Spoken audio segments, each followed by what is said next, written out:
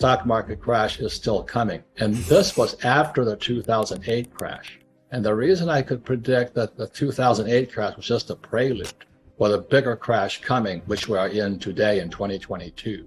Well, I think why is there inflation is they're trying to prevent the collapse. And Jim Rickards, he's one of the smartest guys I know. He says, prepare, we're going to collapse. And as you know, people don't understand, most 98% don't understand this. The dollar is a reserve currency of the world, which came about in 1944 with the Bretton Woods Agreement. We can just keep printing money. But the rest of the world's collapsing right now. And everybody depends upon the US printing. But that's why I watch China. And when Evergrande came down in 2021, the biggest real estate collapse in history, bigger than 2008.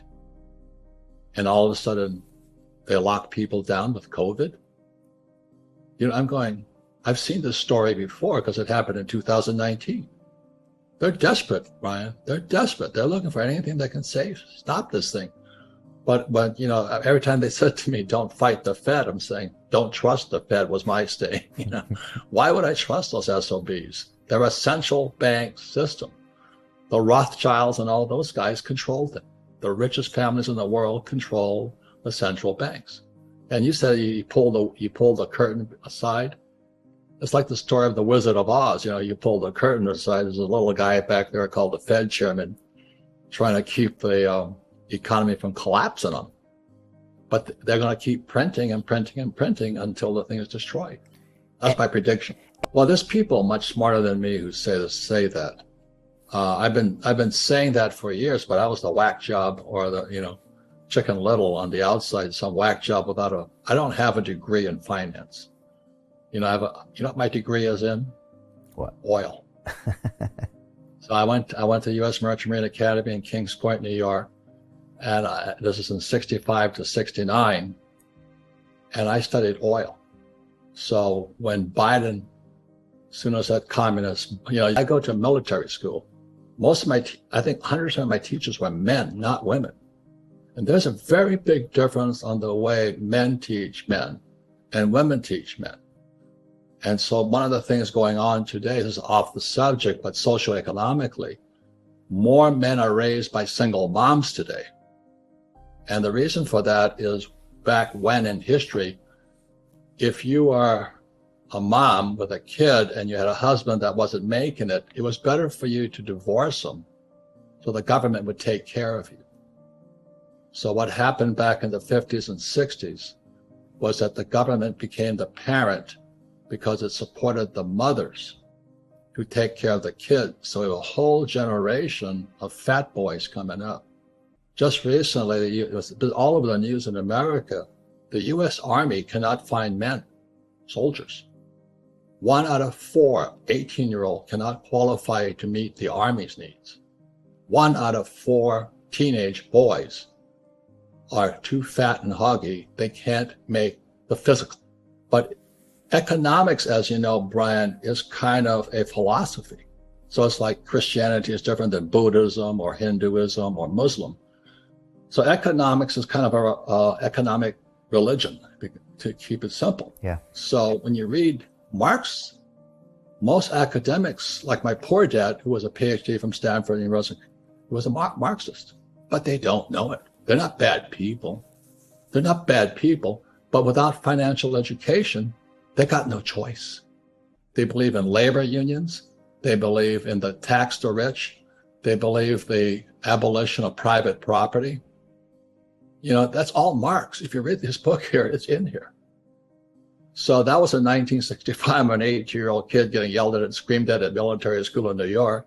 And actually, I wrote Rich Dad, Poor Dad in response to the Communist Manifesto, answering the question, why don't we teach money at school? It's not a mistake, Brian. It's not a mistake. Because what Marx predicted has come to us, 1848. Okay? He said communism would take over America specifically, or the capitalist world, in 2 stages. So stage 1 happened in 1930. In 1930, the Frankfurt School out of Berlin sent teachers to Columbia University Teachers College. That was in 1930. So communism invaded America through our teacher system. And that's why most teachers are Marxists, like my poor dad. Not bad people, Right. they think they're doing the right thing, Right. but Yeah. they don't know how to make money. They want a pension, they want all the benefits and all that other stuff. They belong to labor unions. And what Marx says was, workers of the world unite, join a labor union.